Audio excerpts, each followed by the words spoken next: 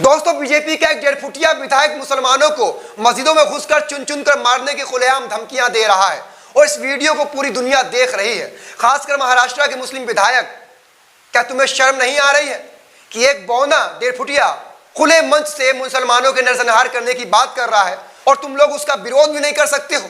किस चीज का डर है, किस चीज का खौफ है?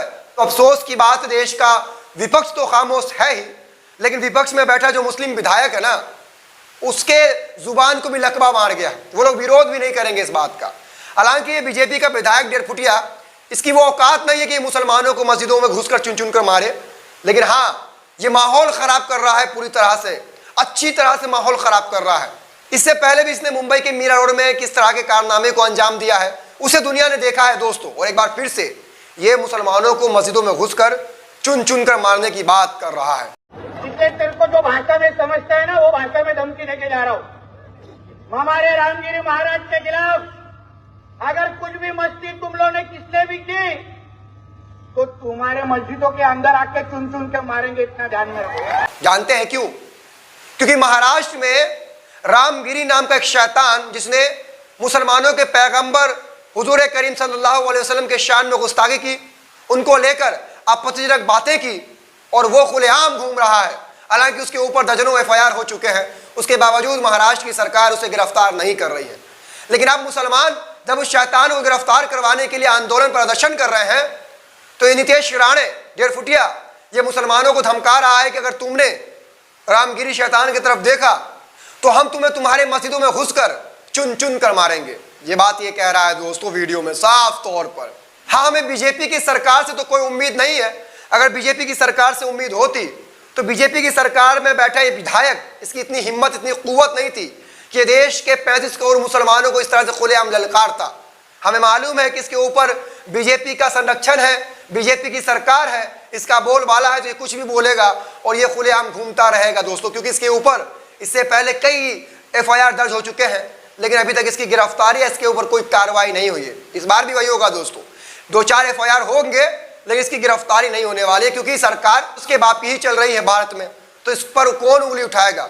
लेकिन अफसोस आता है खाकी वर्दी पहने कानून के रखवालों की कि कम से कम उनको संज्ञान लेना चाहिए और ऐसे लोगों पर एफआईआर करना चाहिए जो लोग माहौल खराब कर रहे हैं। क्योंकि सरकार हमेशा किसी एक पार्टी की हिंदुस्तान में नहीं रहने वाली है। सत्ता तो आनी जाने वाली चीज है दोस्तों, आज बीजेपी की है तो कल किसी और की होगी, जिस तरह पहले कांग्रेस की थी। लेकिन इस वक्त जिस तरह से पुलिस वाले भी बीजेपी के तरफ से काम कर रहे हैं, ये भी एक तरह से अफसोसजनक बात है दोस्तों। इसके अलावा विपक्ष के किसी नेता से कोई उम्मीद नहीं की जा सकती है। लेकिन हाँ, तेजस्वी यादव, बिहार के पूर्व उप मुख्यमंत्री, जिन्होंने इस मामले पर, इस वीडियो को एक्स पर शेयर करते हुए जो बातें लिखी है, वो बात मैं आपको बताना चाहता हूं दोस्तों। मैं शुक्रगुजार हूं तेजस्वी यादव का, जिन्होंने इस तरह से मुसलमानों के मामले में खुलकर लिखा। मैं आपको बताऊंगा इस मामले पर तेजस्वी यादव ने क्या कुछ लिखा है। उससे पहले मेरे बारे में जान लीजिए, मेरा नाम है फखरे आलम फारूकी। अब तमाम लोग इस पोस्ट लाइव देख रहे हैं दोस्तों। एक बात समझ लीजिए, अभी जो भी हालात हैं, इस पर आप कुछ बोल सके या ना बोल सके, आप कुछ लिख सके या ना लिख सके, कम से कम इस तरह के वीडियो को शेयर करके दुनिया को दिखाइए कि इस वक्त भारत के मुसलमान अपने दारुल अमन में किस तरह अमन और शांति से रह रहे हैं, वो दुनिया को मालूम पड़ना चाहिए। क्योंकि हमारे पास एक ही हथियार है, वो सोशल मीडिया है।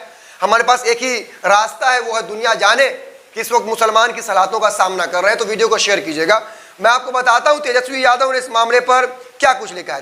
तेजस्वी यादव इस वीडियो को शेयर करते हुए लिखते हैं कि देशवासियों के लिए जहर उगल रहा ये व्यक्ति प्रधानमंत्री श्री नरेंद्र मोदी जी के प्रिय वरिष्ठ सहयोगी बीजेपी सांसद नारायण राणे का बेटा बीजेपी एमएलए नीतीश राणे हैं। यह बीजेपी एमएलए संविधान और कानून को धत्ता बता मस्जिदों में घुसकर काटने मारने की धमकी दे रहा है। खाड़ी देशों में जाकर प्रधानमंत्री नरेंद्र मोदी सजदा करते हैं, मस्जिदों में घूमते हैं, विदेशों में गांधी और बुद्ध की बात करते हैं, लेकिन अपने ही देश में हिंसा करने तथा बीजेपी शासित राज्यों में अपने ही लोगों को काटने मारने धमकी देने वालों को श्रेय और प्रेय देते हैं। क्या यह प्रधानमंत्री का दोहरा मापदंड नहीं है? क्या प्रधानमंत्री जी इसे दिल से माफ करेंगे या फिर बीजेपी का टिकट देकर उसे पुरस्कृत करेंगे? एक और बीजेपी अपने संगठन और प्रतिनिधियों के माध्यम से समाज में नफरत फैला मुसलमानों को टारगेट करती है, तो वहीं दूसरी ओर बीजेपी आरएसएस अपने संपोषित एजेंटों के मार्फत भ्रम फैलाने तथा विभाजन करने का कुचक्र रचती है। बीजेपी के नेतृत्व में केंद्र की एनडीए सरकार देश, संविधान, समानता और सौहार्द के लिए अति हानिकारक और खतरनाक है। ये बातें तेजस्वी यादव ने लिखी है। इनके हिम्मत को सलाम कि इन्होंने इतना कुछ लिखने की हिम्मत की, और मैं शुक्रगुजार हूँ इनका कि इन्होंने मुसलमानों के लिए इस तरह से आवाज़ उठाया और नीतीश राणे के खिलाफ इस तरह से बातें लिखी है। इस वीडियो को शेयर कीजिएगा। मिलते हैं अगले वीडियो में, तब तक अपना ख्याल रखिए। जय हिंद।